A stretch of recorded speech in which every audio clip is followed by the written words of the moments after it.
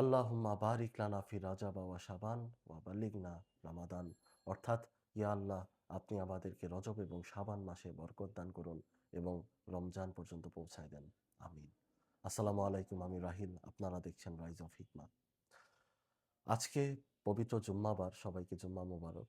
আজকের দিনে আপনাদের কাছে আমার ছোট্ট একটা রিকোয়েস্ট, সেটা হচ্ছে, আপনারা জানি সারা বাংলাদেশে বেশ শীত পড়েছে, কিন্তু আপনারা চেষ্টা করবেন আজকে গোসল করে জুম্মার নামাজে যাওয়ার জন্য। কারণ রাসূলুল্লাহ সাল্লাল্লাহু আলাইহি সাল্লাম বলেছেন, যে ব্যক্তি জুম্মার নামাজ পড়তে আসলো সে যেন গোসল করে আসে।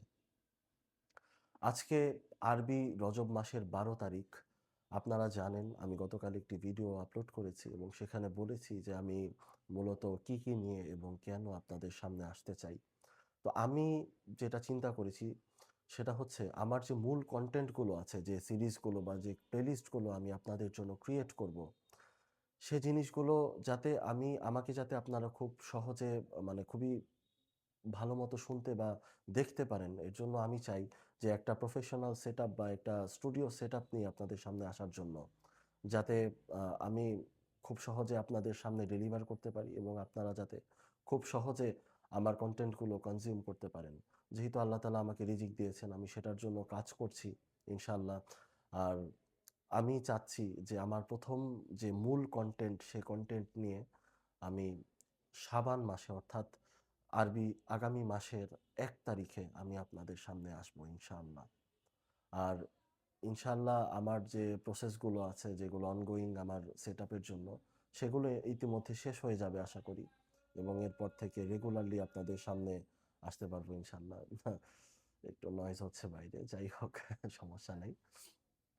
আর সবাই আর আপনাদের জন্য আমি প্রত্যেকটা সোশ্যাল মিডিয়া প্ল্যাটফর্ম, যেমন Facebook, YouTube, TikTok, Instagram, threads, LinkedIn, তারপরে হচ্ছে টুইটার বা এক্স, প্রত্যেকটা প্ল্যাটফর্মে আমি পেজ আইডি কিংবা চ্যানেল খুলেছি, যাতে প্রত্যেকটা জায়গায় আপনারা আমাকে খুঁজে পান বা আমার অ্যাক্সেস পেতে পারেন আমার কন্টেন্টগুলোর। আহ, এটা আপনাদের জন্য করা।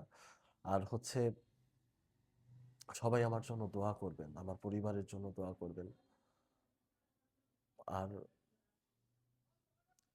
দোয়া করবেন যাতে আমি যে নিয়তে, যে কারণে আমি আপনাদের সামনে আসছি বা এই কন্টেন্টগুলো মেক করার আহ, উদ্যোগ নিয়েছি, সেটাকে যাতে আল্লাহ তাআলা কবুল করেন। আমি জানি না আমি কতটুকু সফল হব, কতটুকু কি করতে পারবো, আমি কিচ্ছু জানি না। I have no idea. আমি যাতে মারা যাওয়ার পর অ্যাটলিস্ট আল্লাহকে বলতে পারি যে, আল্লাহ, আমি পেরেছি বা পারি নাই, কিন্তু আমি চেষ্টা করেছি।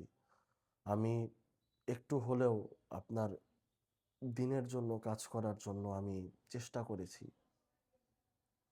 আর আল্লাহ তাআলা যাতে আমার উপর সন্তুষ্ট হন, এর জন্য আপনারা আমার জন্য দোয়া করবেন। আহ অনেক কনফিউশন, অনেক কিছু, যে যা করছি, কেন করছি, এটা দুনিয়ার স্বার্থে কিনা, আখিরাতের স্বার্থে কিনা, খুবই ডেঞ্জারাস এই বিষয়টা। নিয়তের উপরেই আসলে সবকিছু। কি ভয়ঙ্কর কথা যে আল্লাহ তাআলা রোজ হাসরে বান্দা যখন তার সামনে আসবে, তখন সে বলবে যে, আল্লাহ, আমি তো দুনিয়ায় এই ভালো কাজগুলো করছি, আমি তো নামাজ পড়ছি। আল্লাহ তাআলা বলবে যে, তুমি এগুলো করেছো যাতে মানুষ তোমাকে নামাজি বলে। তুমি তোমার দুনিয়ার ফেম তুমি পেয়ে গেছো, অর্থাৎ তুমি এখন জাহান্নামে যাও। কি মারাত্মক, কি কঠিন, কি ভয়ঙ্কর! এমন যদি কিছু হয়, তাহলে আমার কোনো কুলই থাকবে না। এজন্য সাহাবারা যখন কোনো কাজ করার উদ্যোগ নিতেন বা কোথাও কোনো কাজ করতে যেতেন, তখন তারা একটু স্থির হয়ে বসতেন। আগে নিয়তটাকে ঠিক করতেন, অ্যালাইন করতেন যে অ্যাকচুয়ালি আমি কি করতে যাচ্ছি, কার জন্য করতে যাচ্ছি, আমার মোটিভ কি, ইন্টেনশন কি, সেটা আগে তারা স্থির করতেন, তারপরে তারা কাজটা করতেন। আমি আমার এন্ড থেকে চেষ্টা করেছি নীরবে নিজের সাথে কথা বলে সবকিছু ক্লিয়ার করে, যে আমি কেন করছি। যে আমি জানি যে, মানে মোটামুটি obvious ব্যাপার যে আল্লাহ তাআলা যেমন একটা কোডিং করে রেখেছেন তার এই সৃষ্টি জগতের যে এটা করলে সেটা হয়। ওই প্রেক্ষিতে বলা আরকি। যে এরকম লেগে থাকলে হয়তো একদিন আ আমার ভিউয়ার্স এর সংখ্যা বাড়বে, আমার অডিয়েন্স বাড়বে। আমাকে হয়তো অনেকে ভালো মানুষ বলবে, ভালো কথা বলবে।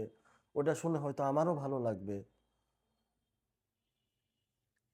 কিন্তু এগুলো যদি শুধুমাত্র এই ভালো ফিলিংসটা হওয়ার জন্য হয়, আমি এগুলা কখনো চাই নাই, আমি এগুলা চাইও না।